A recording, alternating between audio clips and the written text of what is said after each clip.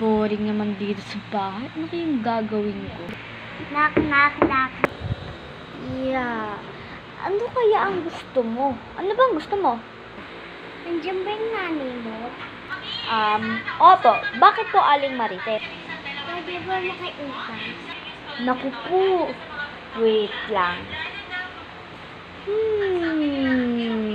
Yung nasa isip ko.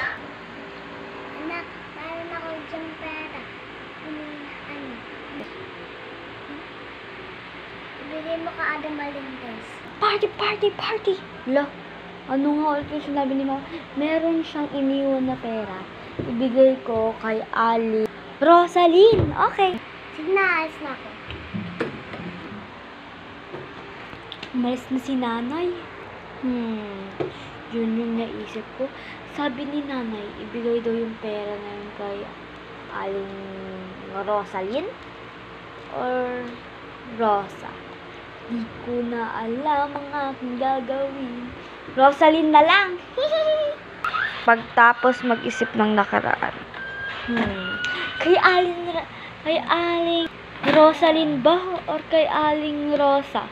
Kailan? Sino? Sino nung pera na iniwan ng nanay mo?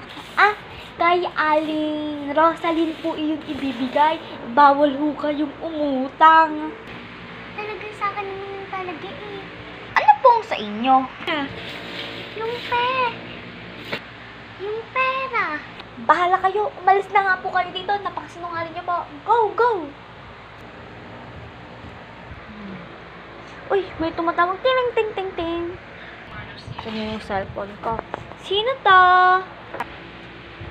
Nabili mo yung kaling magklas yung pera. Hala, akala ko kay Aling Rosaline.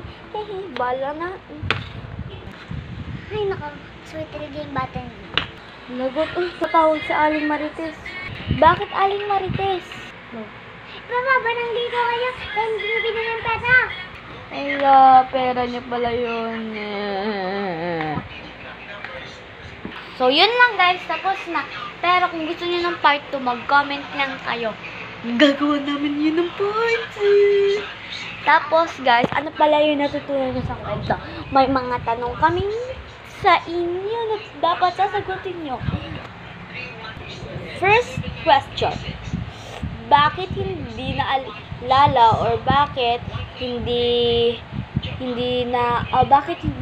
naalala ni Maylin yung batang hindi nagpautang kay Aling Marites na kay Aling Marites pala yung pera. Pangalawa, ano ang natutunan niyo sa kwento? Yun lang, sagutin niyo sa comment section. Bye-bye!